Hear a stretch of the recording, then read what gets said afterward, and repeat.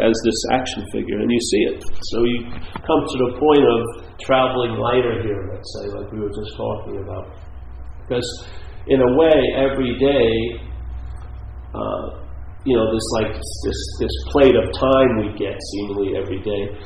It's going to go two ways, and then a lot of different degrees in between. It's going to be heavy or light. Yeah? In other words, you're going to travel heavy through the circumstances and the situations you're in today, or you may travel lighter through those circumstances and situations. And in a lot of ways, it's sort of like a crapshoot, because the sense of being lighter is based on circumstances and situations, and the sense of being heavy is based on circumstances and situations, and you feel like you're almost a victim in a way. And then you're trying to exert power where you don't have power, and things doesn't budge, and people don't do what you want, and you don't get the job that you thought was the perfect job, and all like this, yeah?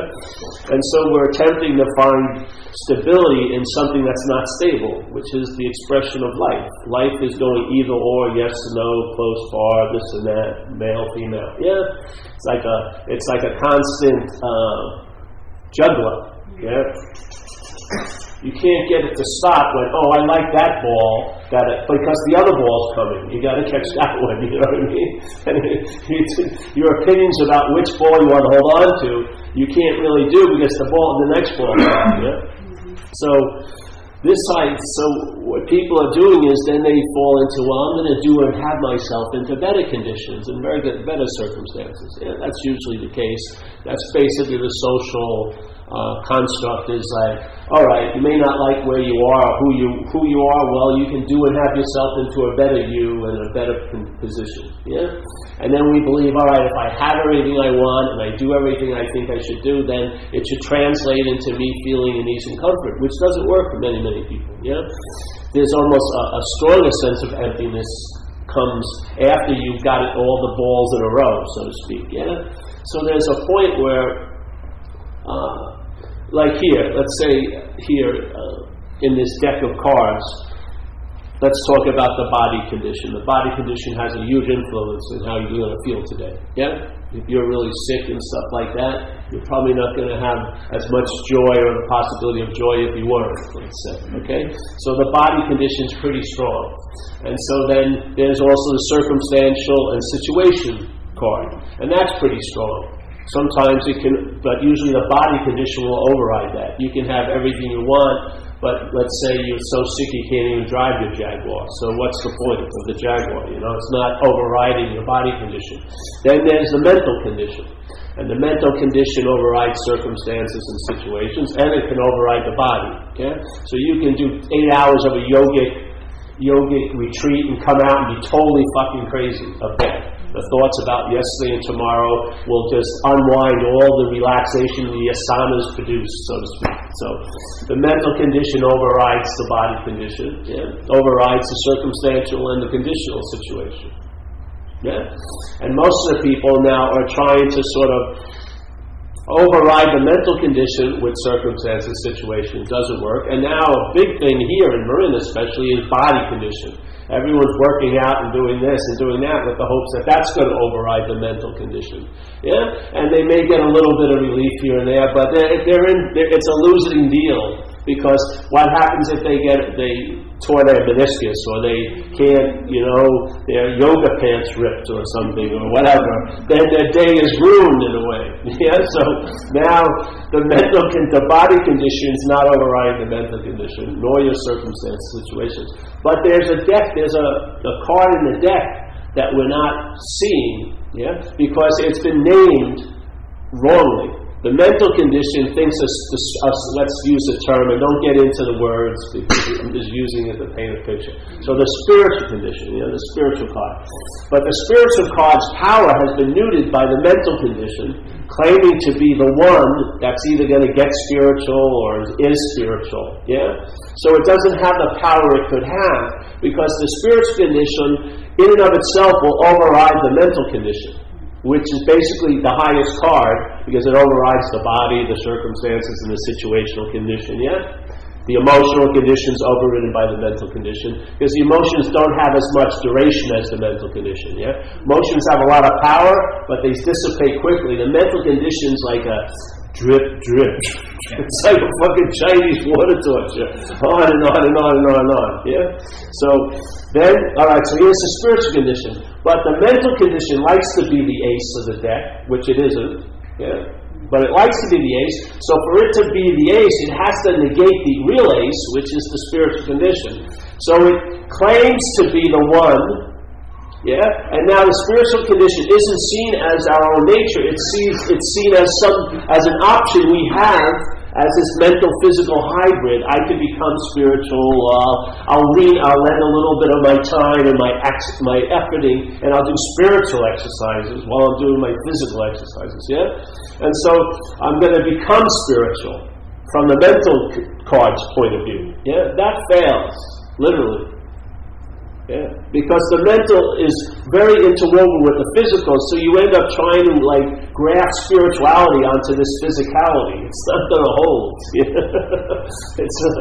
You have to stitch, and it just rips away quite easily. But what would happen if this isn't trying to find the ace? It's questioning the deuce that's taking itself to be the ace. Yeah, questioning the deuce of the mental condition that says I'm the ace. Yeah, if I'm not that.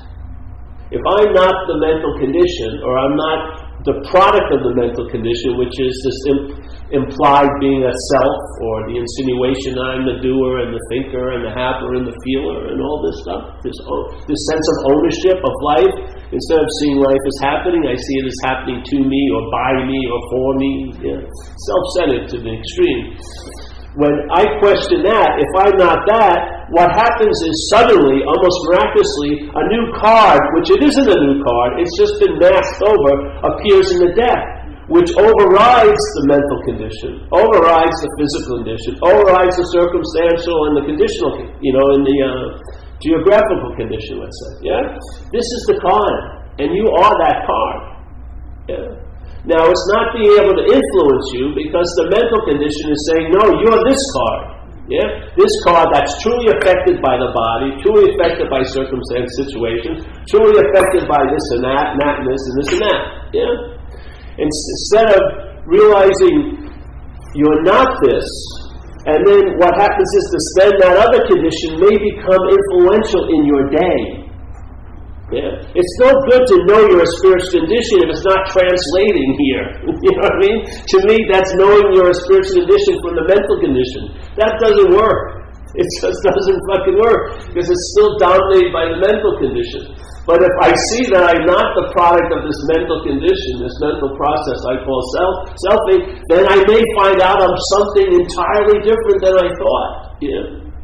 And what happens is, once my mind starts entertaining that, the entertaining sort of begets more entertaining, and there's a more fulfilling or more fulfilled recognition of that, and it starts having a large sway over your life. Yeah?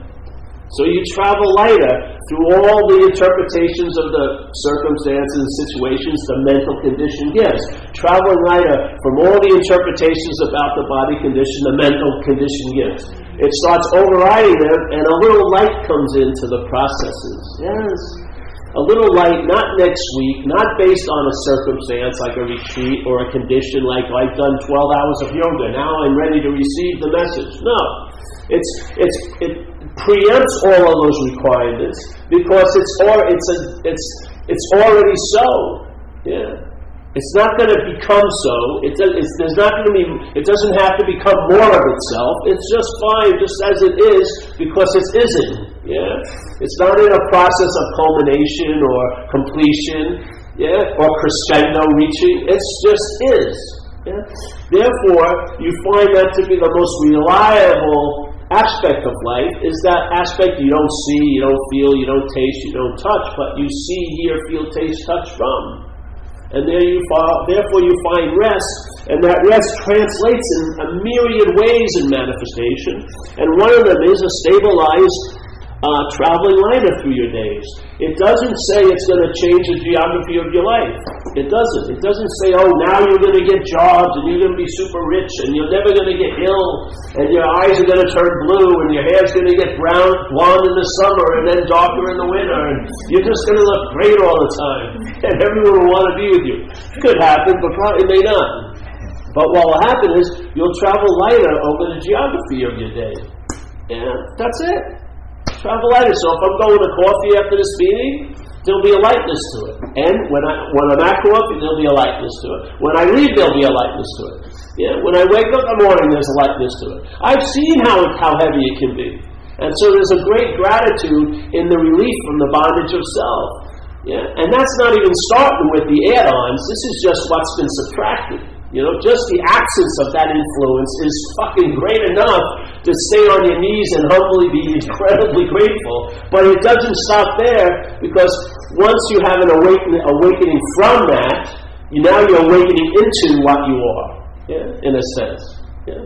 It's not a row of awakenings. It's just a way of expressing that in time it morphs and it can get larger and brighter and stuff, in the experiential level.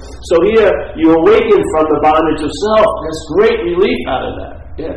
That thing that was like a weather front over every one of your days, like today, you know what I mean? Like waking up and in your mental, emotional condition, you got this big chunk of gray weather over you. And it doesn't even feel like it's far away. It's like sitting like a foot away. It's like living in Brooklyn in the winter. When I lived in Brooklyn, every day you get out of the subway, go in the subway, the gray would be right on you, and it would be like that for months, 3 months straight, just a gray, just like this, but just more on you. It can get pretty oppressive after a while. Well, the mental condition is producing like a weather front. Yeah. And by being identified as a product of a mental condition, see, we're taking ourselves to be a mental idea. We didn't have this idea when we were babies. We grew into it, The mental process offered us an idea, hey, this is going to make everything seem to make sense. You're a self. You're doing, you're having, you're being done to, you're being taken, things have been taken away from you. Yeah. I'm the center of this world, So here's this weather front. What happens is, if maybe I'm not that, I'm not that which seems to be the doer and the haver. Then light that's always been there now has an effect. It's not like it's effectless, it's just been blocked by your mental condition, So what recovery does, it diminishes a mental state, and selfing is a purely mental state. Purely mental state. You cannot take an x-ray of alcoholism and you won't see it in the body. You'll see its effects on organs and everything, but you will never find it there. It's a mental state. It's not an emotional state. It plays emotions. It's a mental state. When that mental state stops becoming the dominant thing, you're going to find out a lot of stuff. You're going to find out a lot of stuff. Like maybe the constraints of time will weaken over you. You won't see everything as a clear partition from Friday, and then Friday stopped at 12 o'clock, and then Saturday. I've been in Saturday now for 8 hours. All these mental partitions will sort of weaken, and it'll morph into, instead of constant individual paintings, a mural effect. You'll see life is happening on a large scale, like your aperture. Self-centeredness is a very closed-down aperture. Mind is closed down in this self-centered point of view. It's very tunnel. All of this is missing. It's being speculated about, but there's no intimate recognition. It's just hearsay and ideas. And then every time you turn, you may be able to have 360 degree turning, but you never see 360 degrees. You see it self-centered. Then when you look at, all right, let's look out of self-centeredness, you're still looking out of self-centeredness from self-centeredness. And you may squeeze a little bit of opening, and circumstances, situations, mental condition, emotional condition. All right, I did 8 months of retreat. Oh, it's pretty open. Go back to the town, the village in Thailand. They kick you out of your thing. You didn't pay the last week's rent, or the food is, whatever. But the amount of movement is very, very little.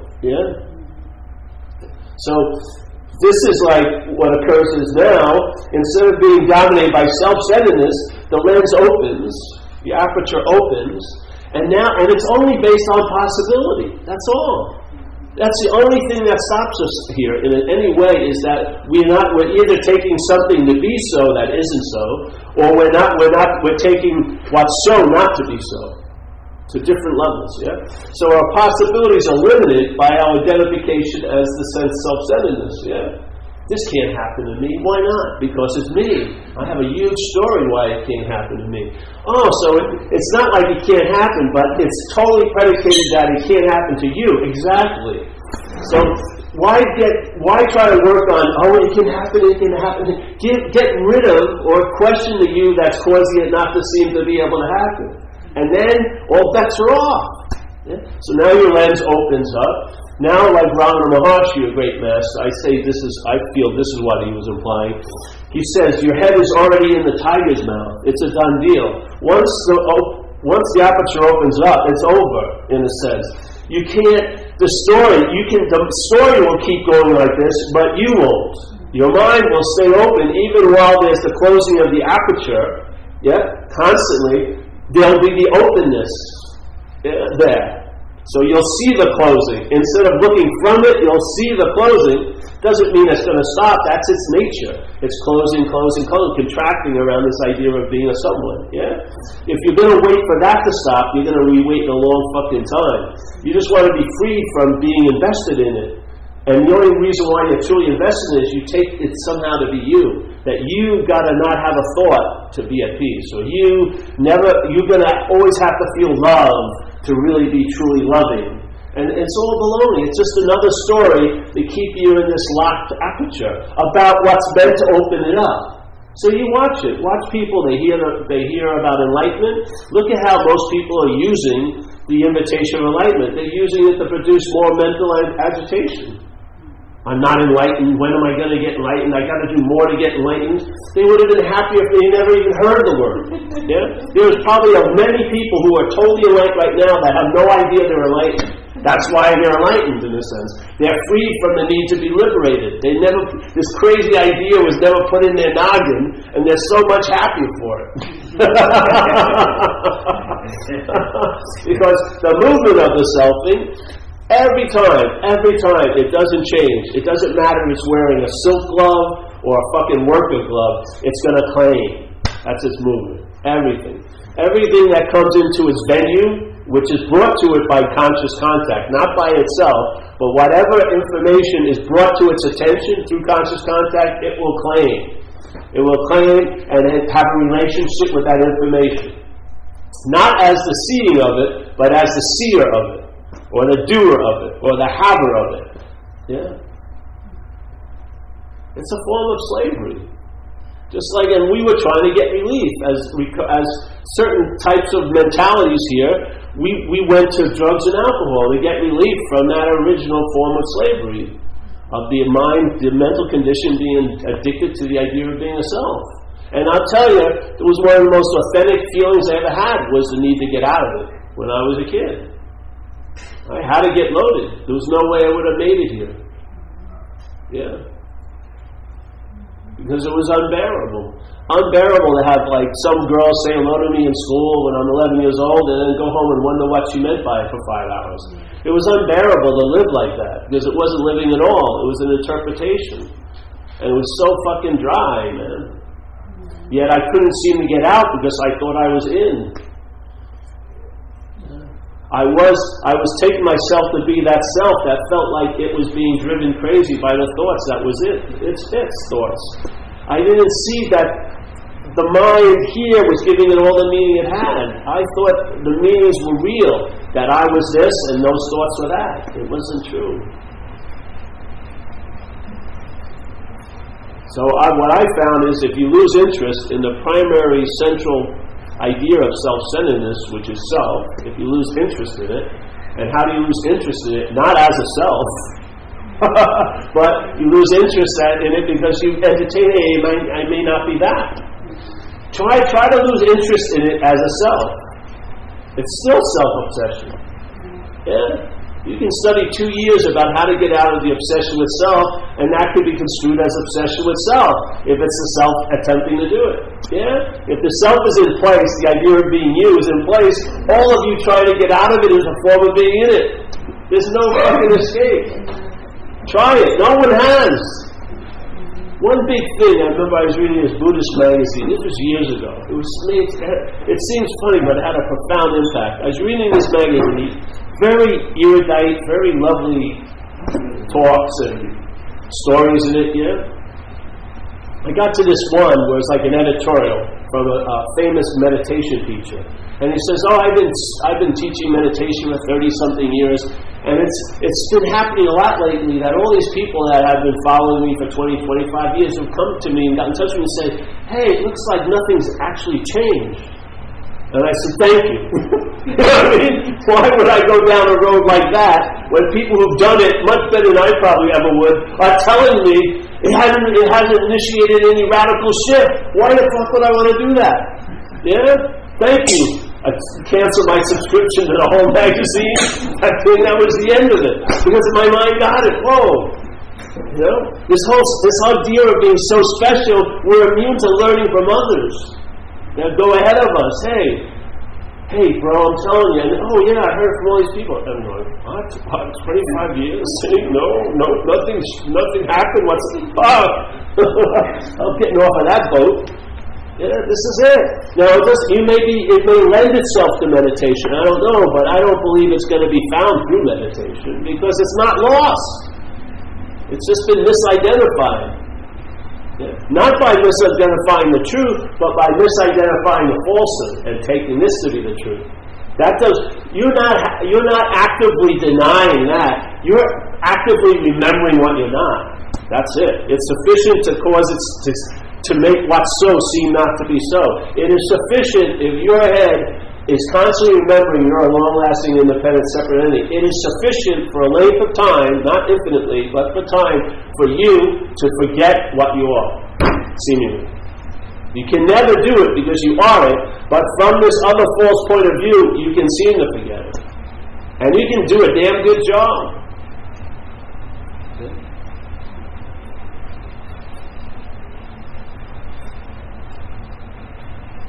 So this is just a simple invitation because it worked. It worked with me. That's all.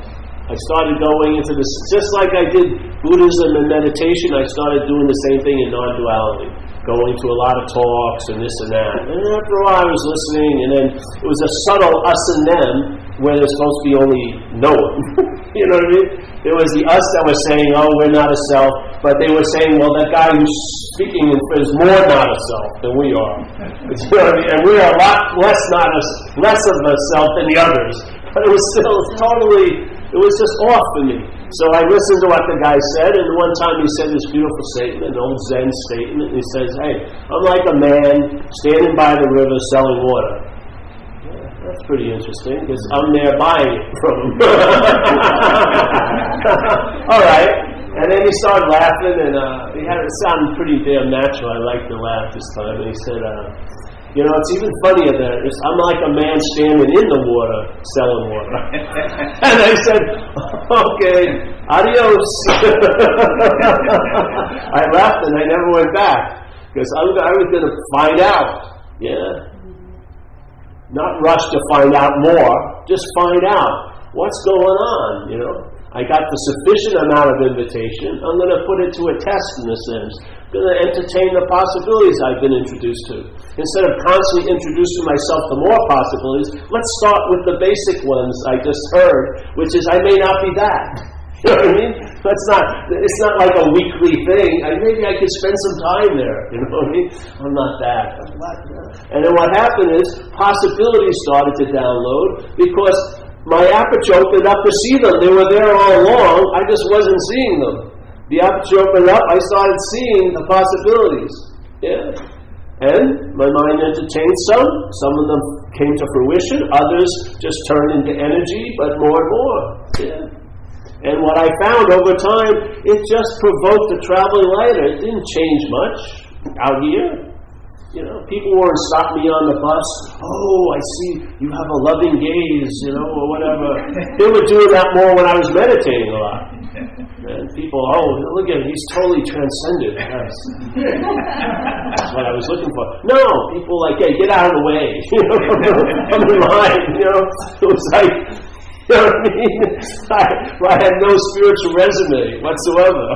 What do? Nothing. Not much. Instead of going to scriptures, I read Yankee blogs about baseball. You know what I mean? I have no interest in any of that anymore. It's like poison to me. Yeah, I don't want to hear anyone else either, because that I could understand it easily, maybe what they're saying conceptually, but it wouldn't be coming out of this own oven. Yeah. And this is a family-owned bakery. We make the muffins are made every day. I don't want to get an idea from Entenmann's or Sri Entenmann or Entenmann Adanda or something. Just let it go in, because it's been sufficient. It's like a never-ending space, and it downloads when it downloads into information, and it just downloads constantly as that energy presence. Yeah. But sometimes the download gets translated at a talk. Hopefully, and it hasn't changed in years, the topic.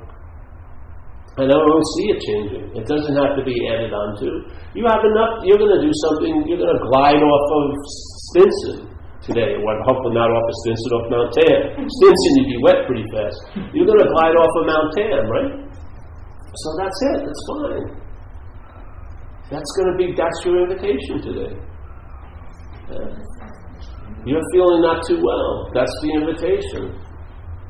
Somehow, the mind, which is beyond all dualities, can make it into, even if it looks bad, it can produce a lot of good out of it, if you open up to that possibility. If you want to have an idea and be right, then you'll be right, and you'll feel like shit. Yeah? But this is the whole idea. It just leaves room. Yeah? It leaves room for things to move. It doesn't, because if you want to lock it in with the closed aperture of self-centeredness, you can. You can miss. Like if you have an idea you're never going to be loved, you'll probably miss tons of loving events around you. Or you'll be waiting for like a certain type of invitation, and all the other invitations you won't even see. If you have any idea of how something's supposed to look, when it comes to your door and the delivery's made, you may deny signing for it. Well, that's not the way I thought it was going to be. See? There's an allegiance paid to the self-centeredness.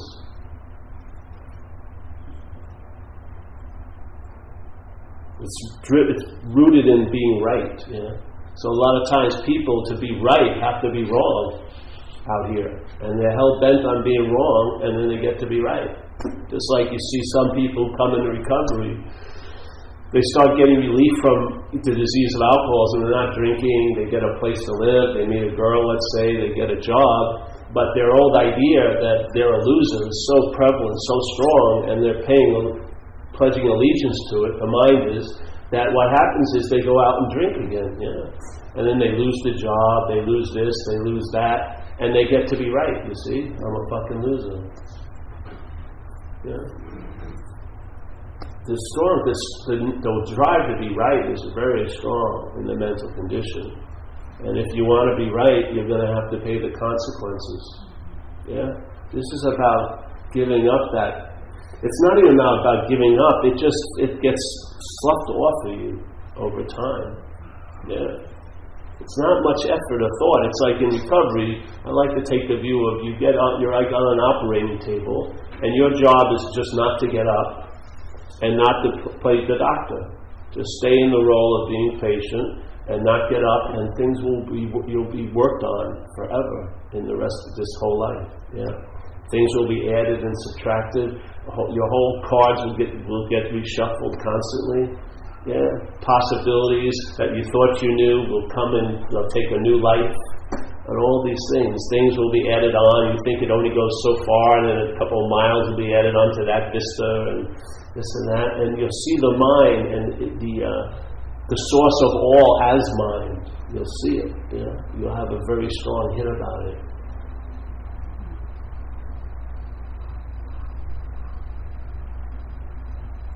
And you'll have an immunity to what causes the mind to fall asleep into the idea of being a self, which is the thought system grazing in the past and grazing in the future, remembering itself by doing that. Yeah, you'll lose interest in the thoughts about yesterday and tomorrow, and you'll gain interest in the presence of today.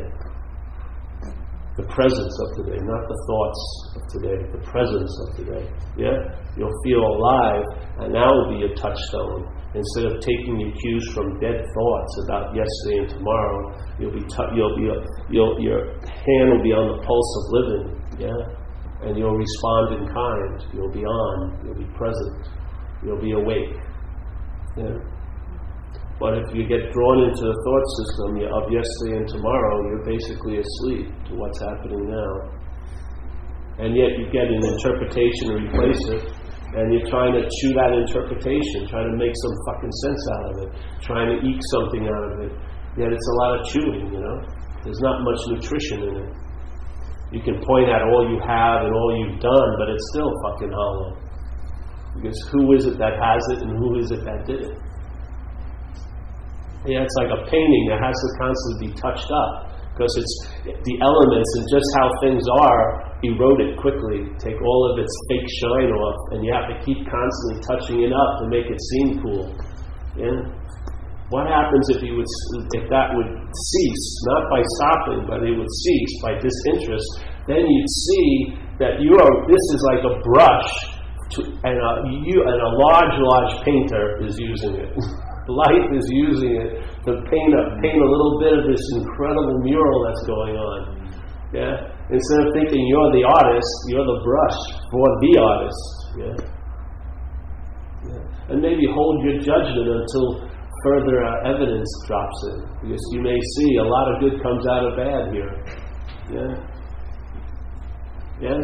You get weaned off of old ideas, usually not by entertaining new ones, but by getting your ass kicked by holding on to the old ones. It's a great teaching aid. You know what I mean? You get so tired of holding on to an old idea, you finally let it go, and then right where you think, oh, I'm going to have that empty space, something grows right in that empty space. Yeah, much more. Well, it's just like your little garden starts flourishing, you know, instead of being fucking like a monocrop garden. I'm right. Maybe it opens up to a lot more possibilities. Yeah. I don't know. I find it's really it's working. It's not like it worked. If it worked, it still wouldn't be useful. But it's working. Yeah. Entertain these possibilities. I don't know what would have happened with me if I hadn't heard this. As this action figure, I was coming to the end of my ropes. I mean, I've been doing practices, meditations, and everything, and thought I gave it a good shot, and now I was being disillusioned in all that effort. And man, you know, it was like there was no more bus stops to wait for the next bus. It seemed like it's over. And then I got involved. I heard this message, and it brought new life again into me, and it became the last answer. You know, and all this does is provoke more and more entertaining. That's all it does. Yeah. If you really entertain it once, you may never stop entertaining it. Yeah. Because it's that open-ended. Yeah. It's that open-ended. It can go as far as you would like it to go, in a sense. Yeah. So. And if you look at it from the recovery point of view, it says, you know, if you get down to the exact nature of the wrong, find out what the exact nature of the wrong is. Yeah. It's identification as something that you're not, I would say. And from there stems all the dilemmas. From the solutions point of view, it never fucking could happen. You can't be a self. It's a fucking mental idea. You're something other than that, much more alive than that. Yeah? I'd say you're a never-ending possibility finding expression, to tell you the truth. And yet you're not the sum of all of your expressions. You're not the sum of that. You're not a thing. You're not an idea. You can't put a finger on it, but you can sort of find out about it by following it as it's coming out, you know, in a sense. Your mind can be aware, or that awareness can be rooted in the conscious contact, which to me is life, not in the mental interpretation, which is selfing. Yeah? It can find rest there, which I think is truly rest, or it can find agitation, constantly seeking rest. Yeah. you find freedom from agitation, so there's no need to find rest. Here you're agitated, so there's a huge need to find rest, but all your rest is agitation. Yeah, you can't use activity to find stillness. That would be activity. Yeah. Selfing is an activity. It's an agitation. It's never going to... If it runs into rest, it will just get agitated over it. Rest, peace isn't going to change the agitation of selfing. The agitation of selfing will change peace. It will make it into something. It will make it into a commodity that you got by doing something, and therefore you better be worried about losing it when you don't do something. Yeah, that's what it's going to do. Everything it comes in contact, it's going to claim. Yeah, peace, awakeness, everything. If you lose interest in the selfing, you will lose interest in the claiming. And when everything's let be as it is, it's a great revelation. Yeah, including you. When you are let to be as you are, there'll be so much about what you'll see so much about what you're not. As long as you're working trying to change it, you're in a cloud here.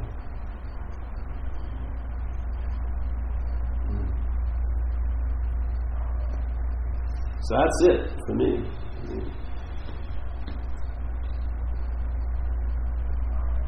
Paul, can I ask you a question? Yeah.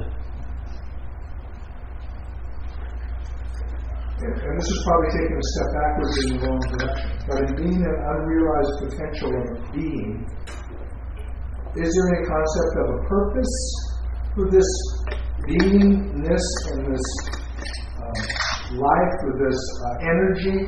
You know, the Christians would give you one, Eckhart Tolle would see it's just to be consciously present.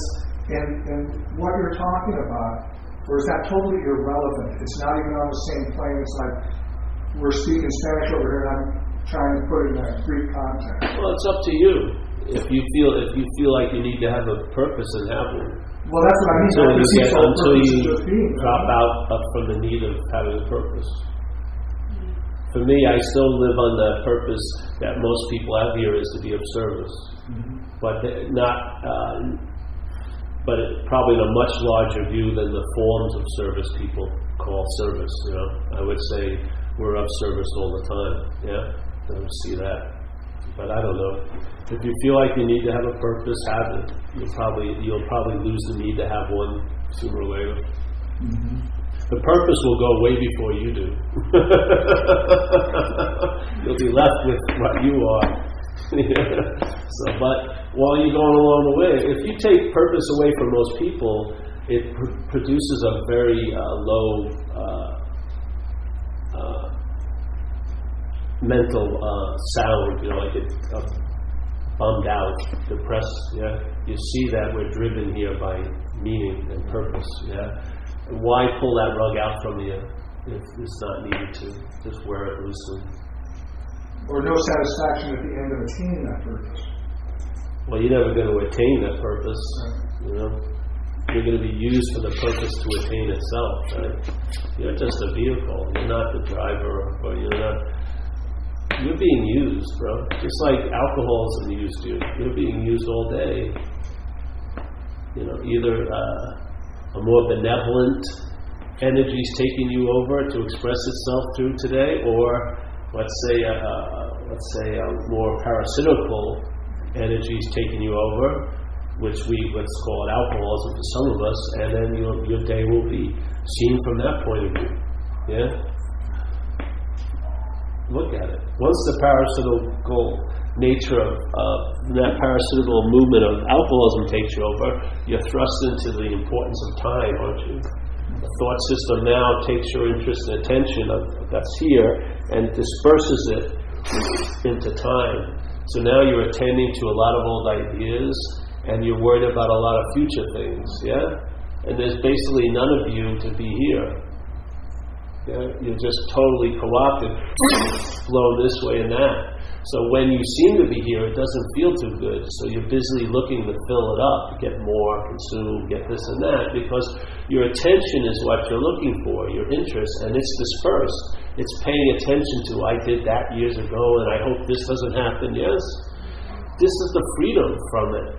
The freedom from the mental condition, one of the biggest things is you're free from the constraints of structural time, so to speak. You're not driven by yesterday and tomorrow, because you're not taking much interest in it at all.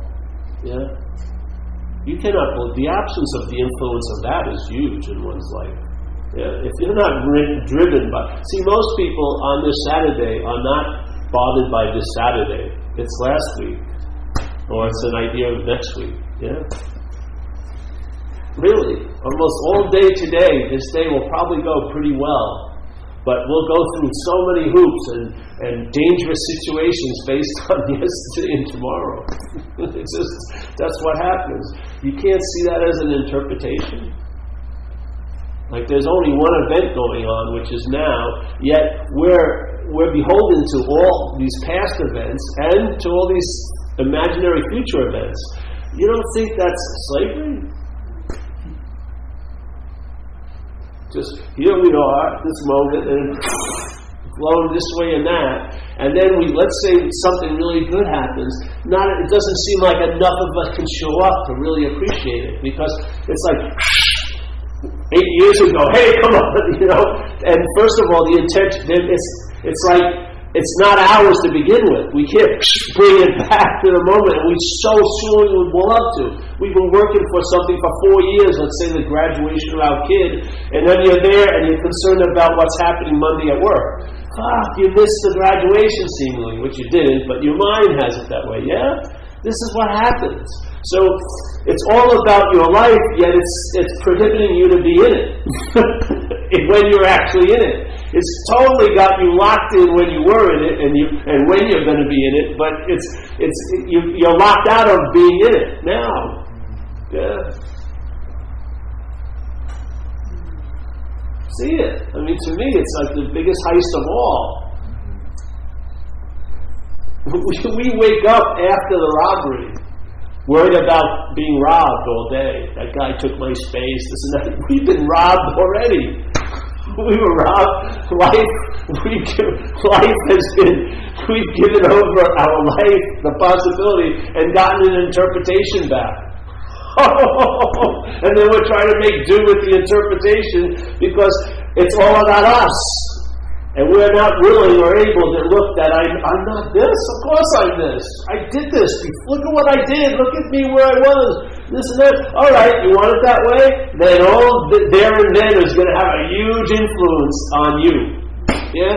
You is going to be dispersed into yesterday and tomorrow as far as your mind can go at times. Yeah? And when you really want to be here, you won't be able to be here. And when you really want to get out of here, here will be so fucking oppressive.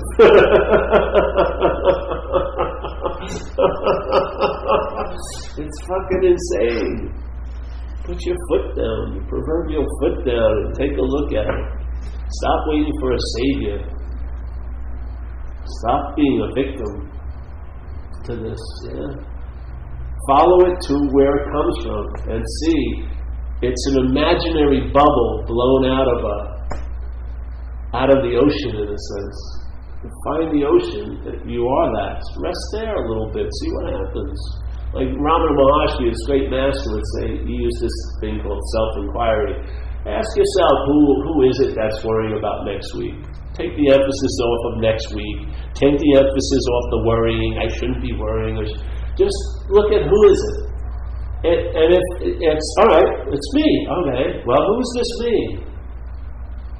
You're not looking for an answer. What happens is the energy shifts a little bit, and then what occurs is you lose interest in next week because the interest wasn't really in next week. It was in who is going to be in next week. You.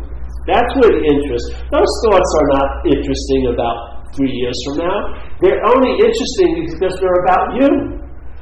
This power that it seems to have for an event 4 years ago has no power over me. It has power from me. As a me. Yeah? It's the me that got screwed 4 years ago that keeps being used to remind myself and remember that I got screwed 4 years ago. The screwing doesn't matter, but it happened to me. That's what matters. It's like they say in politics, follow the money. Find where the interest and the attention is. It's not in the situation, it's in the one who's in the situation. If you question the one who's in the situation, you'll travel lighter through all the situations. Because it's not the situation that's driving you crazy. It's that it's you in it. And you don't believe you should be in it, let's say. But you keep recognizing that you are in it, and that powerlessness rubs you wrong. You're fucking pissed off that you can't change a simple thing like this. You're walking around as the big enchilada, yet you can't even get out of a fucking feeling. You think you can get it out, but does any of it work? You distract yourself, you avoid it, you deny it. It doesn't check. The feeling already occurred. All the processing you do is just like a giant polluting plant, like a giant fucking coal factory, and you're right at the receiving end of the exhaust pipe. You become a huge storage unit. No, nothing's circulating anymore. I made it, and the self-thing claims to be successful because you're not dead yet. Whoa, great. We're not in the fucking jungles 8,000 years ago. It's not about survival anymore. It's about living. Yeah, our needs are met. There's water, there's food, there's good air, this and that. We're not, fighting saber-toothed tigers to get that little piece of meat. Yeah. But their head's living in survival, and then it takes credit for, you're still alive, you got a limp, abscesses, you feel like shit, no one knows you, your family's gone, your kids are, but I'm still here, okay, I'm winning. We tolerate so fucking much, man. So we're like more adaptable than cockroaches, but I think we've gone past it. We need to look at it and say, enough's enough. I'm sick and tired of being sick and tired. Yeah? Sick and tired of being sick and tired. Where do I go from there? Not an inch away. Just look. Who is it that's sick and tired? If I'm not that who, hey, I may not be sick and tired at all. I'm sick and tired of the who that I'm taking myself to be. It's not the who's sick and tired. I'm sick and tired of that who that I'm taking myself to be. I am so over that. Let's see if something else can occur. And then it will. Yeah? And then you'll really see that there's a cherishing there, that you really love being that thing, even though you complain about it and bitch about it, but you really love it. So the mind really loves its little making. So then you got to go through, tell the truth about that. Yeah. Why would it be so powerful if we didn't want it to be, if we're the only juice there is? I mean, you have to see you're in sort of cahoots with the whole. Yeah, it's not like, I'm getting imposed upon every day. I'm so powerless. Someone help me. No, that's not the case. I don't see it that way. So, I better shut up or I'll get myself in trouble. But you see,